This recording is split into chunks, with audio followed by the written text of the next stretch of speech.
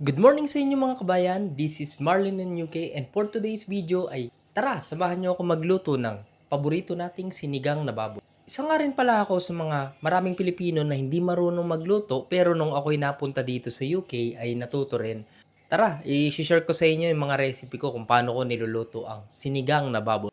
First step is kumuha tayo ng kutsilyo at hiwain natin yung karne ng ayon sa gusto natin. So, ito yung nabibili namin karne dito sa UK, which is around 2 kilos. And, dinepros ko na siya kanina. Hahati lang tayo ng part nito. So, ganyan siya kalaki. Kukuha lang tayo ng part.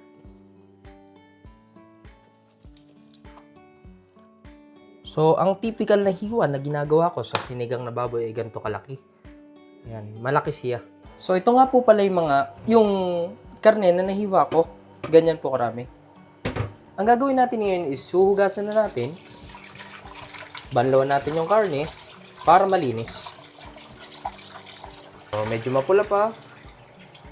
Hugasan pa natin ante. Para di naman matanggal masyado yung lasa. And then tutubigan natin. Lagpas lang ng kalahati ng kaldero. So yan, tama na yan. Lagyan muna natin ng asin. And then, lalagyan natin siya ng sibuyas. And ganito karaming sibuyas. Yan lang. Handful lang ng sibuyas. And then, takpan natin. Tandaan po natin na kailangan natin tanggalin yung subo or yung dumi nung baboy kapag inilalaga mo kasi yun po yung magpapaluto. Habang pinapakuluan nga natin ang baboy, maghiwa muna tayo ng kamatis. So, ito, 2 kamatis. Malaki naman siya eh.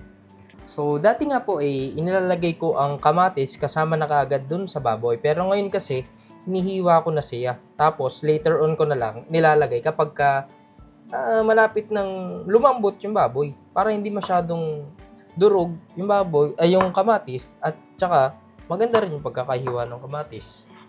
So, ito yung talong namin sa UK. Hugasan naman natin yan mamaya. So, okay lang yan. Tanggalin lang yung dulo. Yan, slice cut. Diba? Kailangan ibababad natin ito sa tubig kasi mangingitim yan. Yun nga at ibabad natin sa tubig. Natin ang ating okra. Marami tayong okra. So, ang gagawin ko siguro dito ay pagtatanggalin ko lang ito ng ulo-ulo niya. Lastly, yung ating spinach. Mamaya na yan. Hugasan rin yan.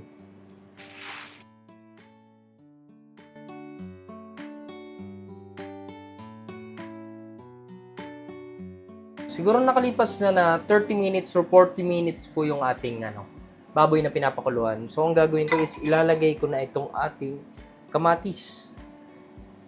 So, para maluto na rin siya. So, another, I think, 10 or 20 minutes para antayin muna natin talagang malambot yung mismong karne. Para talagang okay na okay yung ating sinigang. Ito po ang ating karne.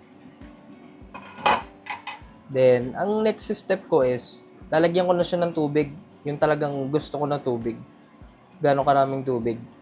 Nor sinigang mix. Meron din yan sa UK, guys. Pwede rin ilagay mo sa isang mangkok, tapos tutunawin mo. So, isang rounds pa. Sabay natin lalasahan. Yun, namumula-mula ang ating sinigang. Asim na. Masim. Patis.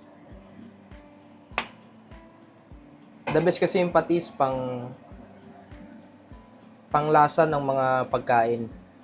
Kasi mas malinamnam. Para ma-enhance palalo, lalagyan mo ngayon siya ng asukal. Halos, siguro half. Diyan yung parang manamis-namis niya. Yan yung sikreto natin. Sarap. Sarap. Kompleto na. Okay na. Goods na. Paglalagay na natin yung ating mga talong. Kasi madali lang yung lumambot eh. Madudurog kapag kanina pa natin nilagay. Okra. Sarap, boy. After 10 minutes, ilagay na natin yung ating spinach. So, yan yung parang kangkong namin dito. So, medyo hinaan na natin yung heat natin or Patay na natin kasi yan na yun eh. Luto na yan. Yung mismong gulay na lang. Luto na po ang ating sinigang na baboy recipe. And sana po marami kayong natutunan sa ating video. Wag po makalimutan sana mag-like and mag-subscribe sa ating channel for more videos. Maraming salamat.